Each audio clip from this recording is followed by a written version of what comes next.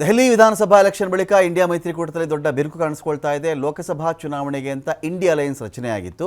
ಆದರೆ ಅದು ಅಷ್ಟಕ್ಕೆ ಮಾತ್ರನ ಪರ್ಪಸ್ ಆಗಿದ್ದರೆ ಮೊದಲು ವಿಸರ್ಜನೆ ಮಾಡಿಬಿಟ್ರಿ, ಇದನ್ನು ಏನಕ್ಕೆ ಇಟ್ಕೊಂಡಿದ್ದೀರಾ ಅಂತ ಹೇಳಿ ಆಲ್ರೆಡಿ ಓಮರ್ ಅಬ್ದುಲ್ಲಾ ಮಾತನಾಡಿ ಆಯಿತು. ಇನ್ನು ಮಮತಾ ಅಂತೂ ವೆಸ್ಟ್ ಬೆಂಗಾಲಲ್ಲಿ ಕಾಂಗ್ರೆಸ್ಗೆ ಯಾವ ನೆಲೆನೇ ಇಲ್ಲ, ನೀವೇನ್ರಿ ಬಂದಿಲ್ಲಿ ಮಾಡೋದು, ನಾನೇ ಚುನಾವಣೆ ಫೇಸ್ ಮಾಡ್ಕೊಳ್ತೀನಿ ಅಂತ ಆಲ್ರೆಡಿ ಮಾತಾಡೋಕ್ಕೆ ಶುರು ಮಾಡಿದ್ದಾರೆ. ಇನ್ನು ದೆಹಲಿ ಅಂತ ಬಂದಾಗ ಆಮ್ ಆದ್ಮಿ ನಾನೇ ಇದ್ದೀನಿ, ನನಗೆ ಸರಿಸಾಟಿ ಇಲ್ಲಿ ಯಾರೂ ಇಲ್ಲ ಅಂತ ಅವರು. ಹೀಗಾದಾಗ ಇಂಡಿಯಾ ಕೂಟದ ಅಸ್ತಿತ್ವ ಎಲ್ಲಿಗೆ ಬಂದಿದೆ, ಇಂಡಿಯಾ ಕೂಟದ ಉಪಸ್ಥಿತಿ ಯಾವ ಒಂದು ಪುರುಷಾರ್ಥಕ್ಕಿದೆ ಅಂತ ಒಂದು ಪ್ರಶ್ನೆ ಬರ್ತಾ ಇದೆ. ಇದೀಗ ಮಮತಾ ಬ್ಯಾನರ್ಜಿ ಸಪ್ರೇಟ್, ಅರವಿಂದ್ ಕೇಜ್ರಿವಾಲ್ ಸಪ್ರೇಟ್, ಇನ್ಯಾರು ಸಪ್ರೇಟ್ ಆದಾಗ ಇದರ ಉದ್ದೇಶ ಏನು?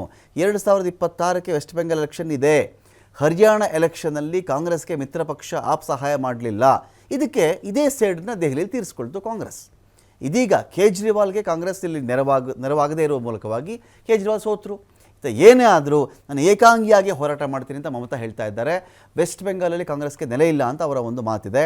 ಹಾಗಾಗಿ ಈ ಮೈತ್ರಿಕೂಟದ ಒಂದು ರೀತಿಯಲ್ಲಿ ಉದ್ದೇಶ ಪುರುಷಾರ್ಥ ನನಗೆ ಅರ್ಥವಾಗ್ತಾ ಇಲ್ಲ, ಮೊದಲು ರದ್ದು ಮಾಡಿಬಿಡಿ, ಒಂದು ವೇಳೆ ಲೋಕಸಭೆ ಎಲೆಕ್ಷನ್ಗೆ ಮಾತ್ರ ಅಂತಿದ್ದಿದ್ರೆ ವಿಸರ್ಜಿಸಿ ಬಿಡಿ ಇದನ್ನು ಅಂತ ಕೂಡ ಕಾಶ್ಮೀರದ ಮುಖ್ಯಮಂತ್ರಿ ಹೇಳ್ತಾ ಇದ್ದಾರೆ. ಸೊ ಹಾಗಾಗಿ ಒಂದು ಬರ್ಖಾಸ್ತ್ ಆಗಿಬಿಡಲಿ ಅಂತ ಅವರೊಂದು ಅಭಿಪ್ರಾಯ. ಇಂಡಿಯಾ ಮೈತ್ರಿಕೂಟದ ಬಿರುಕು BJPಗೆ ಭರ್ಜರಿ ಲಾಭದಾಯಕ ಆಗುತ್ತೆ ಅಂತ ಮಾತಿದೆ. ಒಂದೊಂದೇ ರಾಜ್ಯಗಳನ್ನು ತನ್ನದಾಗಿಸಿಕೊಳ್ಳುವತ್ತ BJP ಪಡೆ ಒಂದು ಕಡೆ ಹೆಜ್ಜೆ ಹಾಕ್ತಾ ಇದೆ. ಇದೇ ನವೆಂಬರಲ್ಲಿ ಬಿಹಾರದ ಎಲೆಕ್ಷನ್ ಇದೆ, ಇದರ ಮೇಲೆ BJP ಕಂಡಿದೆ. ಮುಂದಿನ ವರ್ಷ ವೆಸ್ಟ್ ಬೆಂಗಾಲ್ ಎಲೆಕ್ಷನ್ ಕೂಡ ಇರುತ್ತೆ.